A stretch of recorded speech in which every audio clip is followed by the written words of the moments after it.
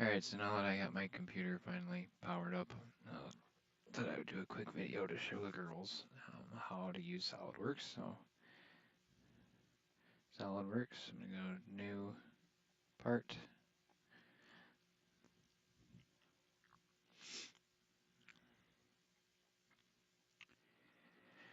The computer's being a little slow at the moment. You can see there's absolutely nothing here. In the bottom right corner, I'm gonna pick inch, pound, second, not millimeters, not centimeters or meters, because I do everything in inches.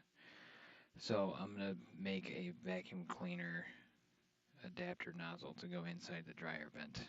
So the first thing I'm going to do is go to sketch. I'm going to start by going on the right plane, and I'm going to draw a center line. Doesn't really matter how long you make it.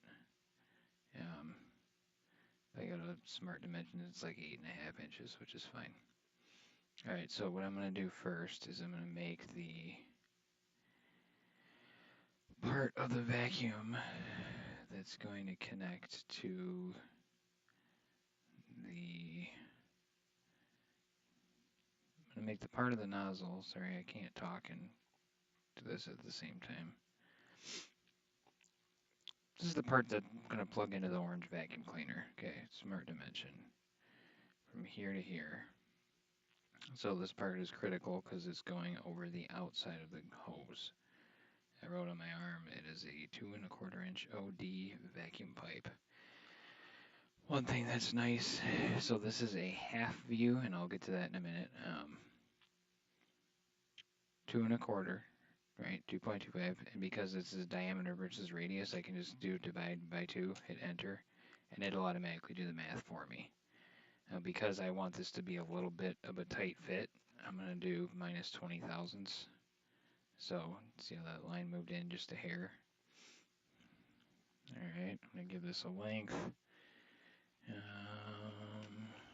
wrote down about 1¼ inch. And on the outside of this part, I want to have notches because there's little notches on the vacuum cleaner that grab onto stuff. So I'm going to do, how far do I want to do? So how thick do I want it to be? I don't want it to be ridiculously thick. Let's do 1/8 of an inch. And down here I can do equals this dimension, hit enter twice, so now anytime I change this, it'll change the bottom one too. Which is very handy because then you can have your whole drawing automatically scale itself when you change things later. Like if you want to make a version 2 and make something thicker, thinner, longer, taller, whatever, you can have it automatically update stuff. So I think like every, I don't know, maybe like every 1/8 of an inch or so. And let's do 1/4 inch increments. I go to offset.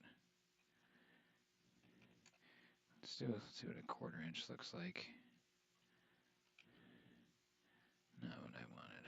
Offset, not chain. Let's go that way.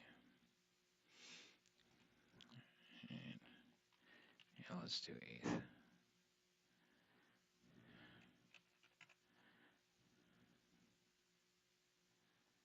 Alright, go that way. Hit enter to do it again. Enter to do it again. Enter to do it again. Enter to do it again. Okay, so now I got little steps. Alright, I'm going to offset again, so it's 1/8 of an inch from here to here. I'm going to go a little less than 1/8 of an inch. Let's do instead of 1/8, let's do 90 thousandths. So I'm going to bring that line out this way. Alright, and so what I want to do on this piece, I'm going to draw a line from here to here. Alright, draw another line from here to here. Another line from here to here. Another line from here to here. Another line from here, and I'm just going to go all the way so I end up thick at the end. Alright, I can go to trim because I'm in power trim mode. Trim, and I can just drag through the chunks of the line that I want to get rid of.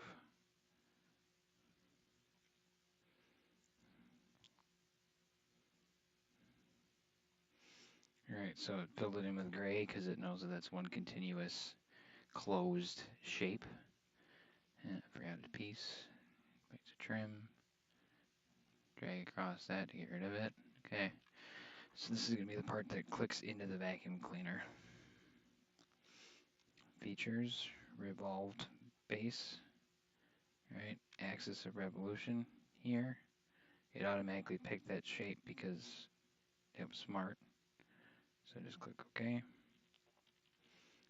Alright, so there's the bottom part that's going to click into the vacuum cleaner. And I purposely made it a little thin on the inside, so if I click on this, it'll say down here diameter 2.21. So that's 40 thousandths of an inch less than the vacuum, so it should actually put some pressure on the vacuum hose too while it's being clicked in.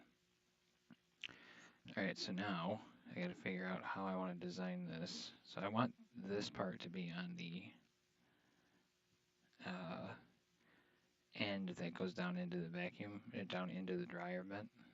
I prefer this end to be the part that... Okay, I'm actually going to sketch on the top of this ring. I can click on the face and click convert. And I can convert the inside edge again, hit enter. Okay, so now it grabbed these two edges and made them circles in this sketch. Alright, so now I can do a reference. I need to exit my sketch. Reference plane off of this face. And I can tell it how far up I want to go. So this is going to be the... what I'm going to do here is have it transform from the round tube part down into a rectangle shape. So let's say over the first inch and a half. Alright, now I can go sketch here. I'm going to draw a weird ellipse. Center point here, radius point here. Let's do something kind of like that to start necking it down. Okay, now I'm going to offset an 1/8 of an inch. I do want to select the chain. Let's go in. Okay, so now this is going to take this circle and kind of melt it down into an ellipse. And then I'm going to do another reference plane from here. Let's go another 1.5 inches sound good? Let's go an inch. Alright, now I can sketch on that plane and draw a rectangle.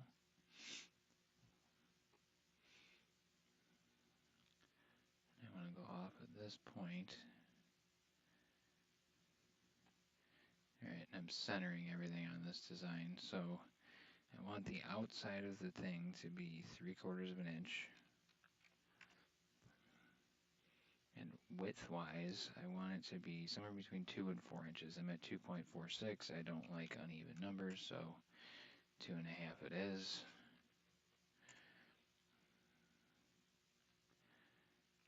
Alright, and then we can actually do also, yeah, let's just do this. I'm going to do an offset, 1/8 of an inch, this, 1/8 of an inch in.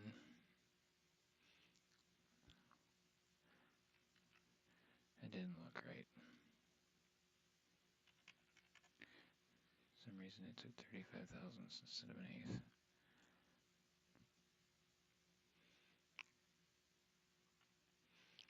Okay, so now what I'm going to do is exit my sketch. Features, I'm going to do a lofted base. So you got to pick the shapes you want. Pick this one. Click OK. Pick this one. Click OK. And you can drag these green circles around, and that's going to affect the shape. I'm going to try and go like straight.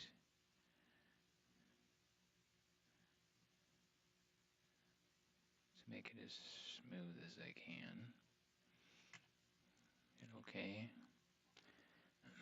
Now you will notice that the hole in the middle is not there. So to do that, I'm going to go back to Features, Lofted, Profiles. Currently they're hiding, so I got to go into this loft, right-click Show, right-click Show. Okay, so now I can see my circles again. Oops, I need to go to Lofted Cut. Sorry.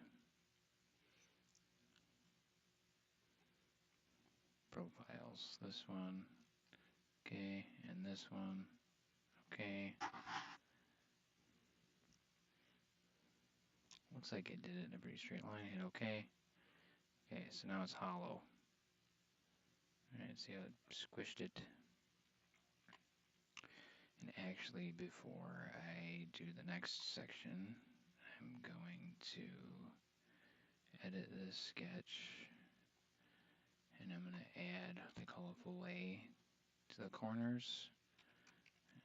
Let's do a small one on the inside here. So it's going to round the corners off. And let's do the outside ones. Oh, let's do 100.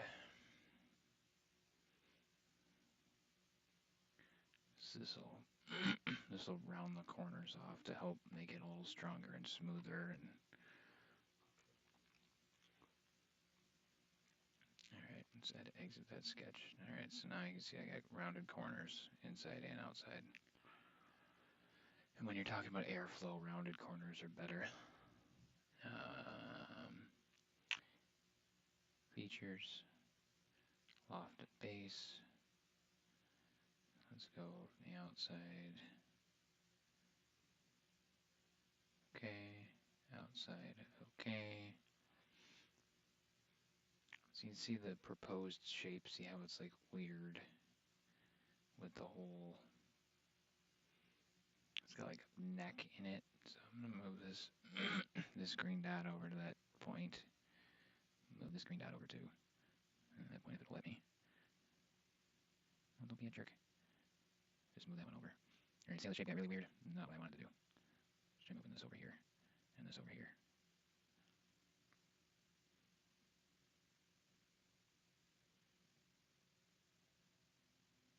Seems to be getting worse that direction. And apparently I have to go one way around the circle.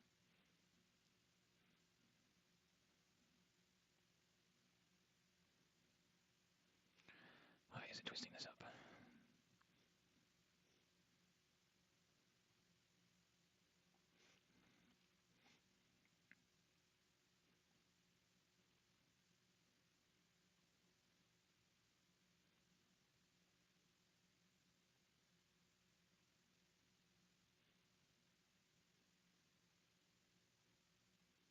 Let's see why it's creating this weird little wrinkle in there.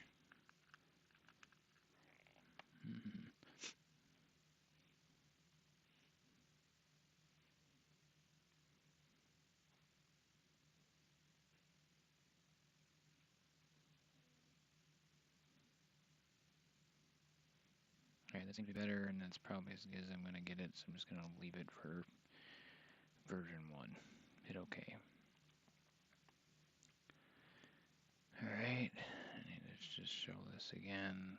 Go into Lofted Cut. You cut from the inside of this circle, the inside of this rectangle. Looks like I did it straight. Hit OK. Alright, so it's hollow. Looks pretty good.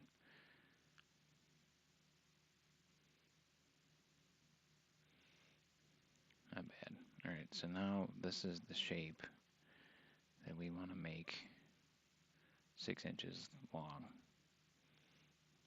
So to do that, I'm going to right click.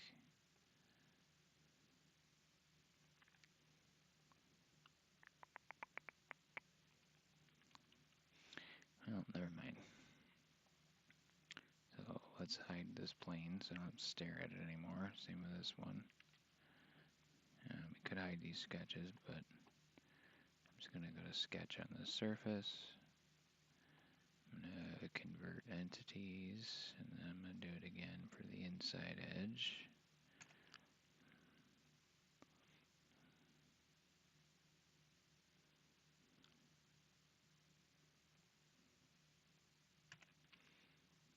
Alright, so now we get that shape drawn. So now you just go features, extruded boss, 6 inches. Boom.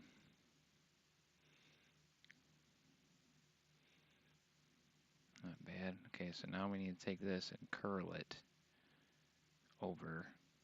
Yeah, basically, you know, at the end of this, I need this to bend 90 degrees. So, the easy way to do that is to sketch on here. I'm going to convert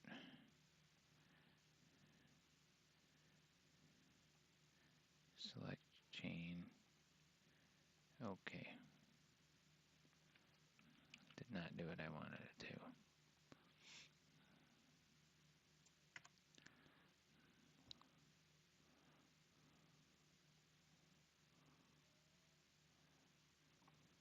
Okay, there. Alright, so now I have a sketch. That's this shape. So I want the end of the nozzle to look the exact same as this. So because this is already dimensioned, it's going to yell at me that right here is make dimension driven. Yes, so basically it's just showing a size on the screen as a reference. It's not actually setting the dimensions of this here. Yes, I just want to see the numbers. Okay. Alright, now I'm going to cheat, grab my snipping tool, and snip my screen. And leave that up over here on the side of my other computer screen. And I can delete these dimensions because they're not actually doing anything. Alright, so I can exit that sketch, but I'm going to leave it there. These two can be hidden.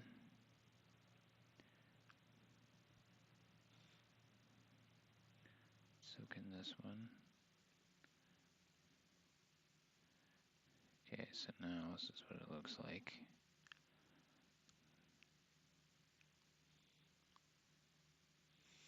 Not bad so far. So there's a couple ways you can do this, and I'm probably just going to do this the easy way. So features, reference, axis. I'm going to draw an axis on that line. And now I can go to a revolved boss. Select that sketch. No. That is my line. Except I don't want it to do 360. I only want to do 90.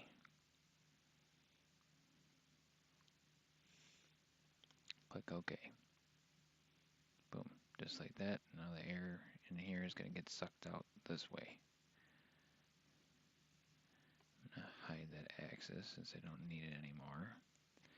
Except what I want to do on the very end of this is I'm going to make it a little stronger so it doesn't break super easy. Sketch on that face. I'm going to convert this edge, this edge, this edge, this edge.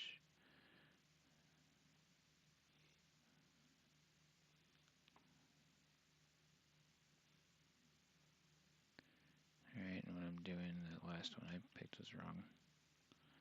So when I'm converting entities, what it's doing is grabbing the edge of a 3D shape and turning it into a line in the sketch that I'm drawing. Oh, stop being a pain. There.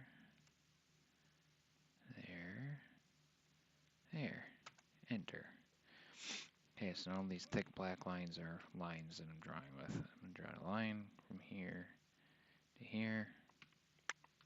Alright, now I have a shape, and I can go extruded boss. I'm going to only do like 50 thousandths. Alright, but so what I just did was make a little bit of a lip on the edge of this part to make it a little stronger. There's other things you could do to this part to beef it up for, you know, it's plastic, so it's going to be a little finicky.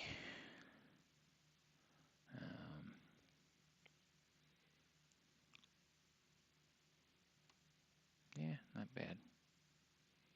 I'd say it's worth a test run. I do wish this neck was a little better. Turning an oval into a rectangle apparently is a little difficult. Alright, first I'm going to save this where I am.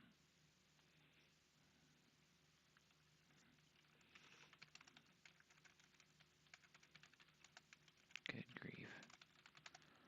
Dryer vent. Vacuum tip.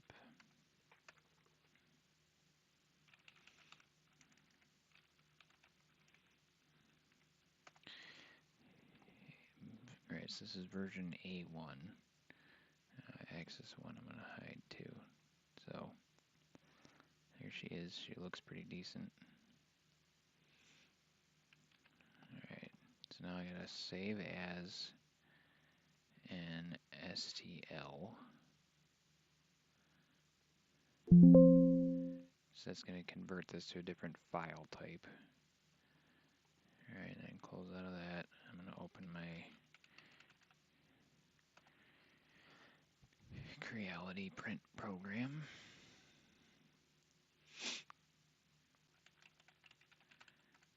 Check my emails quick while I'm here.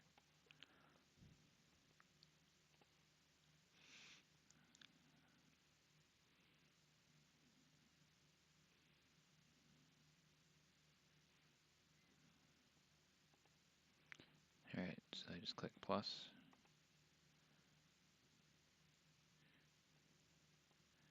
Find that part. Alright, so there's it on the 3D printer plate. Now, if I go to auto orient, it's going to stand it upright, which should work, but what I've learned I have to do when I do that is I have to preheat the bed for a couple minutes, and I have to put super glue, or not super glue, glue stick glue down, because otherwise once this starts printing up here, as it prints, it shakes the part back and forth and it breaks off the bed and it doesn't finish printing the top.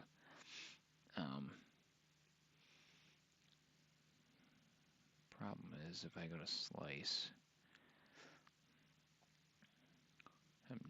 I'll get into the settings in a second for, you know, strength and speed and quality, that kind of stuff for the printer in a second.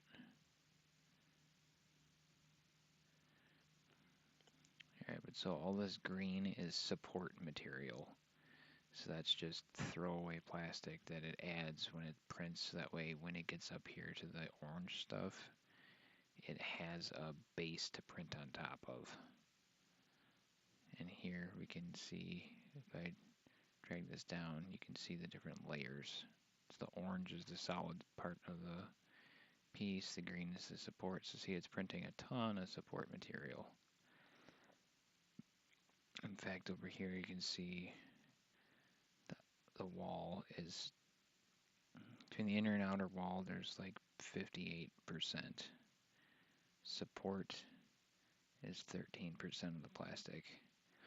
And total print time is going to be 5 hours and 14 minutes, and it's going to use 182 grams of material, which is, you know, whatever. But I'm going to go back to prepare. Let's go back to, let's do Control Z to unrotate it. I do want to know what happens if I rotate it green. Let's go with 90, like that. So now it is going to have some support material inside of the rectangle space, but it shouldn't be anywhere near as much, and it should print faster. So the layers will be going this way.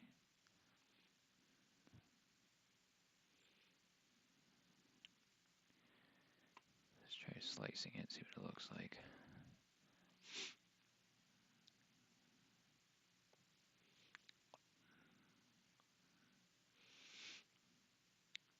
Okay, so there's plenty of support material, 31%, and 7 hours. Okay, so maybe the whole auto.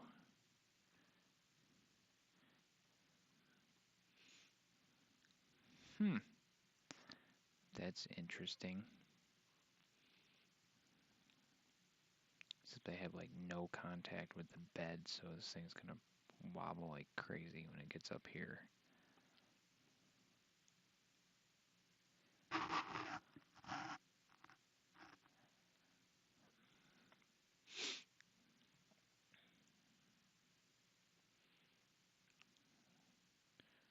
%17 support. Print time 5 hours 43 minutes. Okay, so you can see at least the whole inside doesn't get completely made with support material. So you know what? I'll print it like this. Alright, so let's get into the strength. Right now I have it set for 3 wall loops. That's fine. Infill 50%, that's pretty thick. I could reduce that, but let's try 35%.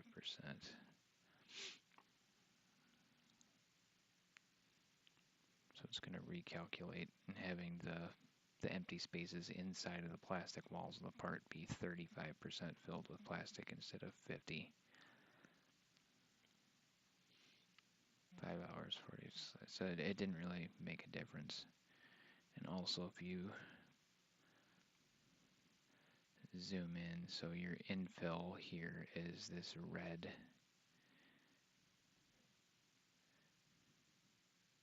Actually, it's this white stuff inside. Let's go back to 50. If I'm going to print this, I might as well print it thick.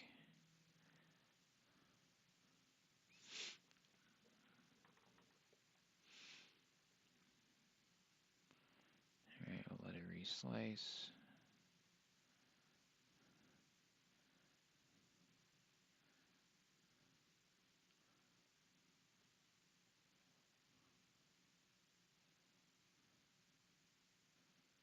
Alright.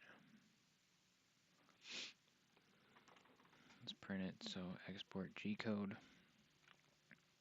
I have a flash drive. Dryer tip 1A1. Save the G-code. Alright, now I go plug that flash drive into the printer and hit print. Alright, so quick video. Here's the 3D printer. Creality K2 Plus. Alright, so first thing I'm going to do is start preheating the bed. 55. Plug the flash drive in. It has my file on it. So, because I know this part is going to be really tall and skinny, down here in the toolbox is a glue stick that came with it from Creality. So, I'm just going to pop the cap off of there. One-handed. Cut the cap off. So, this print's not going to be that big. So I'm just going to go here, in the middle of the bed.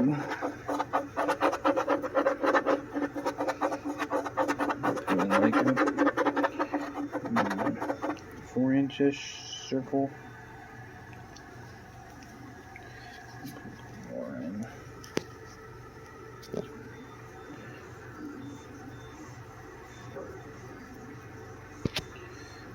have to go crazy because I do have to, after the print's done, I have to clean that out.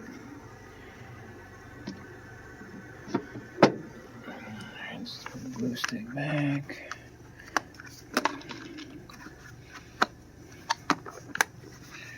Toolkit back. So we do have a little bit of red and a little bit of blue down here, and then in the filament system over here, I've got partial white, brand new white, what is now a partial black. So I had 2 blacks, 2 whites. I started my print with this last bit of this black spool. It ran out of material, and then it automatically switched over to this one and started and continued printing with the other black. And the spools are real easy; they just pop out.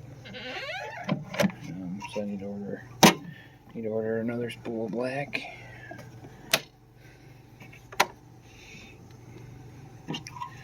So I think I'll do white for this print. So when I do white, I'll pick 1A, and then if and when it uses all this up, it'll switch to this one and continue printing. Super handy. Alright, so the bed's at 55 already. Computer folder, USB drive. Alright, dryer tip. Pick which spool. Go 1A. But you cannot read that on my phone at all. It's just a white square. Alright, but so since I just started preheating it, I'm going to give it another 30 seconds or so.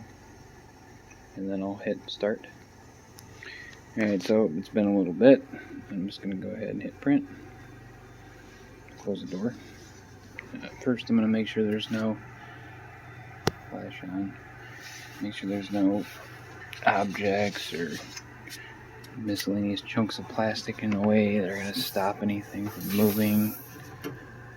This bed, so supposedly this part, this thing can print 350 by 350 by 350 millimeters, so that's like 12 inches by 12 inches by 12 inches roughly.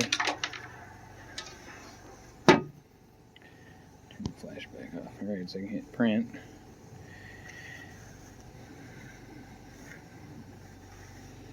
Copying the file over to the printer's memory. That's it. It's going to do a foreign object detection. It's going to level the bed, so it'll touch the bed in a whole bunch of different places and adjust all 4 corners to make sure the bed is perfectly level to the print head. And then it'll actually it'll extrude material through the hot tip. So the hot tip is this little guy here. So it's just a little strand of plastic shoots out the bottom. So plastic goes in that tube up top, gets extruded with 2 little gears pushing the plastic down where it gets hot and melted into a really thin little fishing line strand, and then it comes out and draws shapes with it.